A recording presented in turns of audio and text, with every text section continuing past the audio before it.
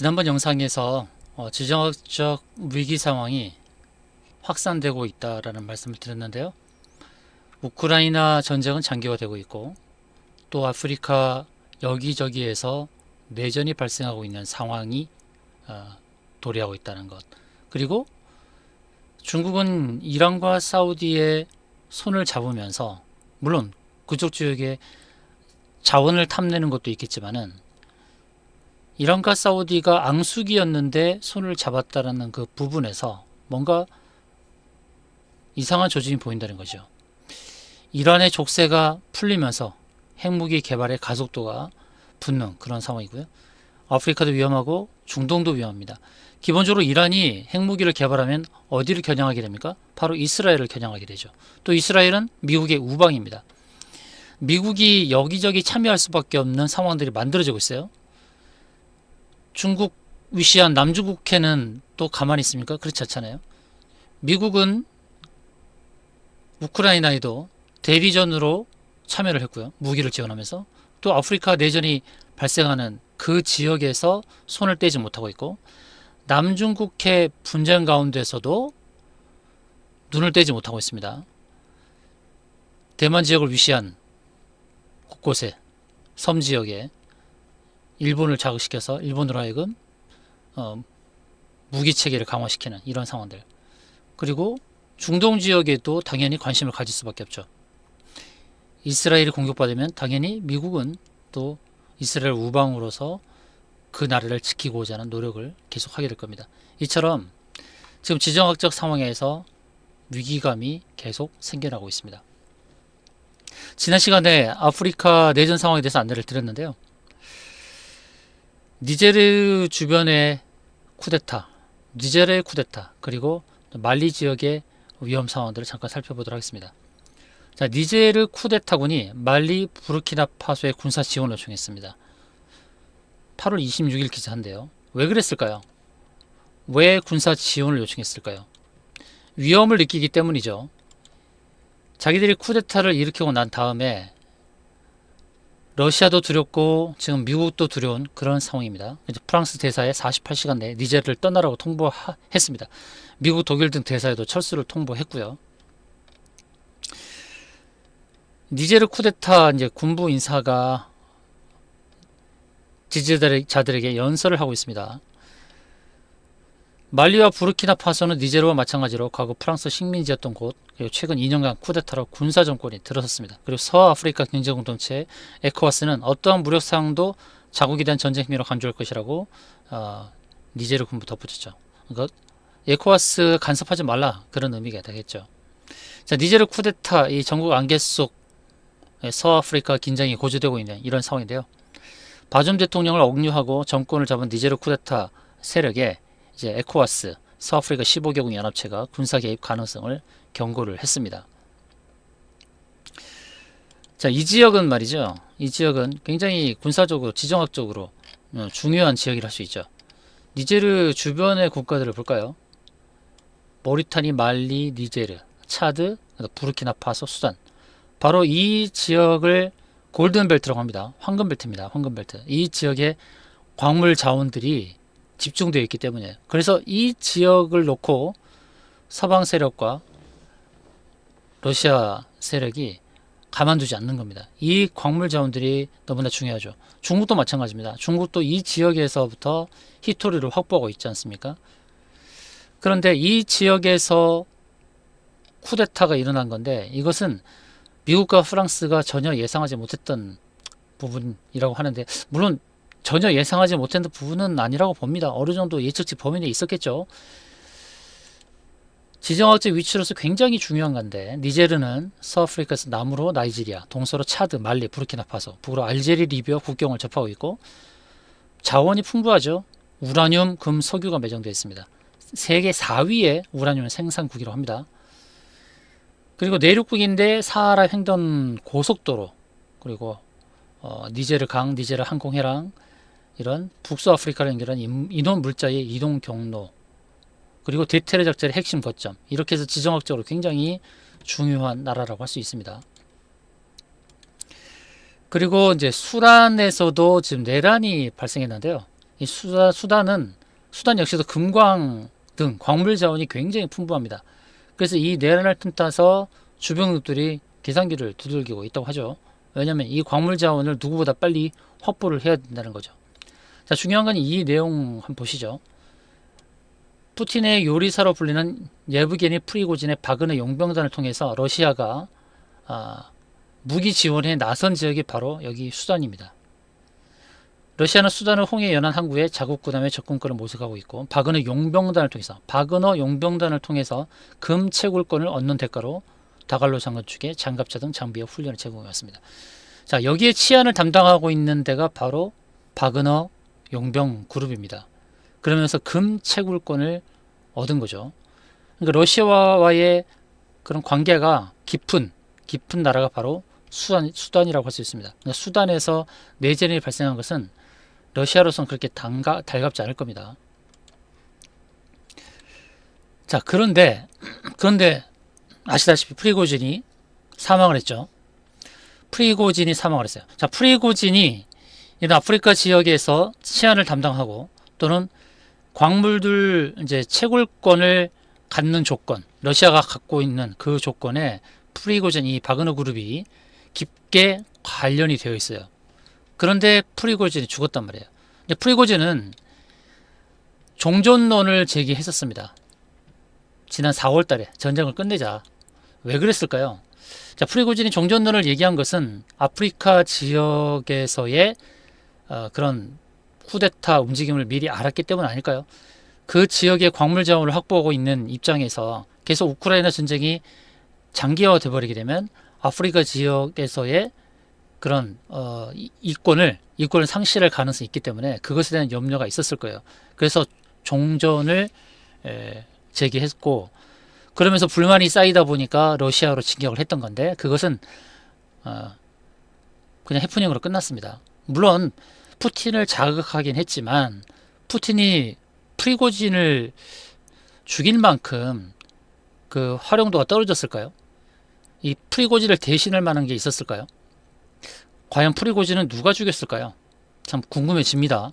프리고진이 살아있어야 바그너 그룹도 존재감이 있고 또 바그너 그룹이 아프리카의 치안을 담당하고 또 금이나 다른 광물 자원들을 확보하는 이러한 광물 자원을 확보하는 이 시스템에서 불완전한 상황이 연출되지 않을 텐데 프리고진이 죽었단 말이죠. 안타까운 일이긴 한데요. 그러면서 이제 이쪽 아프리카 지역에서의 뭔가 변화가 생길 수 있는 상황이 되었습니다. 자, 미국 바그너 용병에 협력하는 서아프리카 말리 군부 고위층을 제재한다라는 기사가 나왔습니다.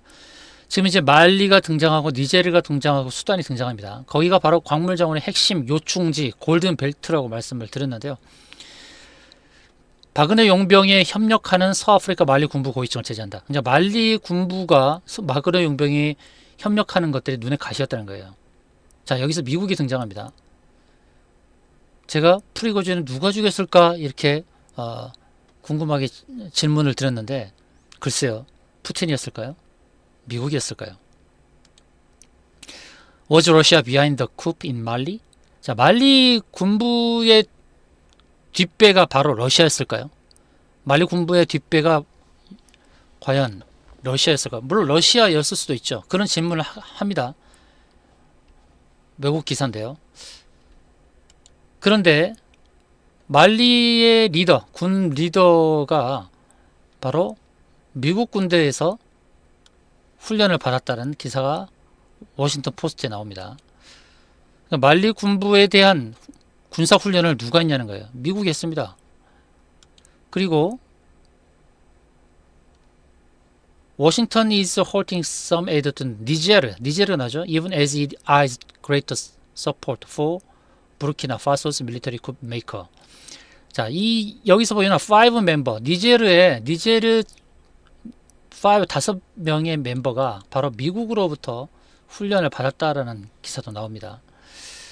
이 기사를 보게 되면 니제르도 그렇고 말리도 그렇고 미국에서 군부 훈련을 시켰다는 내용이 나오는데요. 그럼 군사 수뇌부가 미국으로부터 훈련을 받았으면 과연 말리하고 이 니제르의 군사 고위부는 친러일까요? 친미일까요? 참 이것도 궁금해지죠. 러시아 협력하는 것처럼 보이지만 한편으로는 미국에서부터 훈련을 받았기 때문에 미국의 영향도 받을 수 있는 상황입니다. 이게 궁금한 거죠. 이 말리나 니제르나 수단이나 그 큰 수뇌부, 그 꼭대기에 있는 사람들이 우리가 일반적으로 알고 있는 친러 성향이 아닐 수도 있다라는 부분으로 접근하는 것이 의미가 있겠습니다. 그러면 이 지역들의 쏠린 시선, 가장 큰 이유는 뭐냐는 거죠. 가장 중요한 것은 전략적 요충지이기 때문입니다. 전략적 요충지. 잠재력이 풍부하죠. 광물 자원이 풍부하기 때문에. 근데 이 지역에 먼저 선점을 했던 나라가 러시아와 중국이었습니다. 러시아도 금 채굴권을 갖고 움직였고, 또 중국도 상당량의 히토리를 이 지역들에서 얻어내고 있었지요. 근데 이런 상황이 조금씩 변화가 되고 있습니다. 내전이 일어나고 있고요. 내전이 일어나고 있는 상황에서 러시아는 깜짝 놀랐을 겁니다. 깜짝 놀랐고 프리고전은 아프리카로 돌아갔죠. 그럼 이런 모든 과정을 보게 되면 우크라이나 전쟁을 일으킨 러시아 입장에서는 우크라이나 지역도 중요하고 또 아프리카도 중요하죠. 그만큼 광물 자원이 필요한 것이고요. 또 우크라이나를 침공한 것도 결국 자원 싸움이잖아요. 자원을 확보하고 또 유럽으로 천연가스를 공급하고 있는 러시아 입장, 이런 것도 고려를 해야 되고요. 또 지정학적으로 봤을 때 우크라이나의 지역을 탈환하고 또 그쪽으로 서진을 더 하게 되면은 러시아 입장에서는 지정학적으로 또 요충지를 더 확보할 수 있는 것이죠. 그런데 아프리카에서 내전이 벌어졌는데 이 내전을 벌어진 상황에서 좀 교통 정리를 해줘야 대행해줘야 될 그룹이 바그너 그룹이었다는 것이죠. 근데 바그너 그룹의 수장 프리고진이 죽었다? 과연 푸틴이 이 상황을 환영할 만할까요? 과연 푸틴이 프리고진을 죽였을까요? 여기서 저는 궁금증이 생깁니다. 결국 이제 이 내란을 일으킨 주범이 또 누굴까? 내란을 부추긴 또 주범이 누굴까? 이 부분도 생각을 해야 되죠. 그만큼 핵심 자원을 둘러싼 이런 싸움들이 공산주의 진영과 이 자유주의 진영 간의 싸움이 계속 펼쳐지고 있는 이런 흐름인데, 과연 이 내전이, 아프리카 내전이 단기간에 끝날까요? 쉽지 않을 거라 봅니다. 지금 더 중요한 것은 미국과 중국이 히토리를 가지고 싸움을 하고 있습니다. 이 광물 자원, 핵심 자원인 이 히토리를 누가 더 많이 확보하느냐 전쟁입니다. 왜냐하면 이 히토리는 2차 전지의 필수품이고 전기차의 필수품이죠. 앞으로의 시대 흐름은 내연기관차가 사라지고 전기차의 시대가 올 것인데, 전기차의 핵심인 2차 전지 배터리, 그리고 2차 전지의 핵심인 이 히토리를 둘러싼 싸움이 치열할 것입니다. 그럼 이 히토리를 확보하지 못하면 전기차 생산을 못한단 말이죠. 자, 이러므로 해서 이 2차 전지 핵심 히토리를 둘러싼 갈등, 그리고 중국은 바로 이 아프리카 지역에서 히토리를 많이 확보하고 한편으로는 몽골 지역에서부터도 히토리를 많이 확보를 했는데, 여기에서 또 변화가 있기 시작합니다. 몽골, 미국, 히토리 등 핵심 광물 협력 강화, 중국 디리스킹 차원. 그래서 미국이 몽골의 손을 잡으면서 중국의 뒤통수를 친 겁니다. 중국은 몽골로부터 상당량의 히토리를 확보했는데, 미국이 몽골과 협력을 하면서 이제 히토리를 몽골로부터 공급받는 거죠. 미국이 몽골과 히토리 협력을 강화하는 것은 중국에 대한 디리스킹 차원으로 풀이된다. 중국은 히토리 관련 산업에서 압도적인 위치에 있다. 중국은 17개 히토리를 모두 수출할 수 있을 만큼 다양하게 보유하고 있으며 세계 히토리 생산의 70%를 차지하는 것으로 알려져 있죠. 그런데 바로 이 나라, 이 몽골을 미국이 잡은 겁니다.